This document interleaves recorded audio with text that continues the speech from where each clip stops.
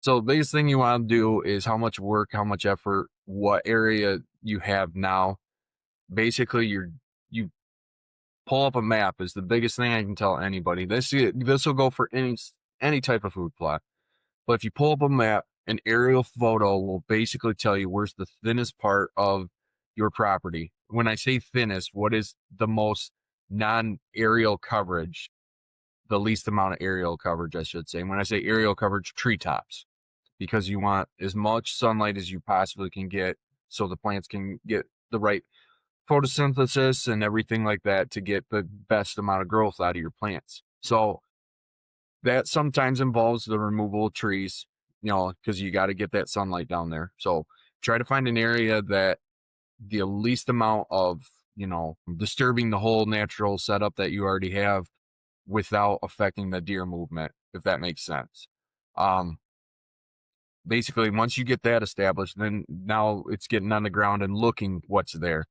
So basically designing out, this is where I want my plot. Now, when you do a bigger plot too, you're going to change some of the travel routes of the deer because you're creating a bigger area and you're disturbing this big area that the deer have always known. So you got to take that into effect. Okay. So the first year is more of a studying year. I mean, yeah, you're going to pull deer out and they're going to come out in the bigger plots and everything like that.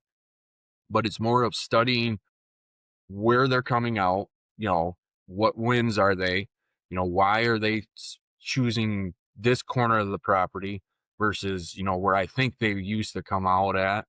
It's a lot of studying when you start doing bigger plots because you've done a big change to that area or that property. So with that, now that you open it up too, that you've now opened and taken some of the cover away. So now deer security, basically what they feel safe is now you've kind of redesigned it and it's more open depending on what you're planting. So you'll have to take that in a little bit of a effect of what you're trying to accomplish there.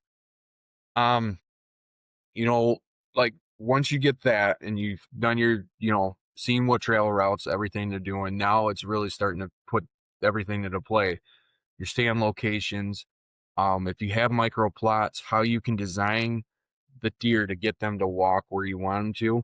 Hmm. Um, in the sense of, this is the way I want them to travel. One, as a hunter, I want access, easy get in and out. And two, why do I want, or where do I need to set up to get the best possible shot? Where the deer are going to come out, most likely, my target animal or target buck or whatever I'm going for, Hmm. where I can set up at. So that's kind of the building process to a bigger plot. So, um, I guess I can jump ahead too a little bit. There's the design of a bigger plot too plays in a huge effect too. A lot of people just think, hey, I can just cut out a square, area, and this is where I'm going to set up. And sometimes that works great because where I would set up on a square, if I had a square rounded plot, or not a rounded plot, but a square plot, is the corners of each side of the plot. Because what that does is cut down the distance between this area. So if I set up in the middle, I have longer shots to my Hmm. sides. If I set up in the middle of this plot, I have longer shots to the side and a longer shot down the middle. Now, if I cut it, now I have equal distance along each side. So, That makes sense. Makes a lot of yep. sense, actually. So deer It are helps. always going to tend, and if anybody's ever hunted cornfield, soybean field, any type of fields, deer, their tendencies are to hit the corner. And the reason being is they can see multiple sides looking out at down the field edges and whatever before they enter the field. So Hmm. that's why you see more trails coming out either at the corner or maybe 10, 15 yards off of the corner's edges or off the cornfield edges or whatever edges, field edges. It's because they're basically coming out, studying what's out there first, making sure everything's safe.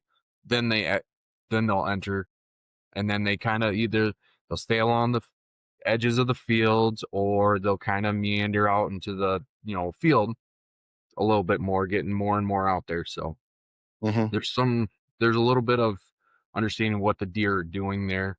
So A little bit of deer yeah, strategy there.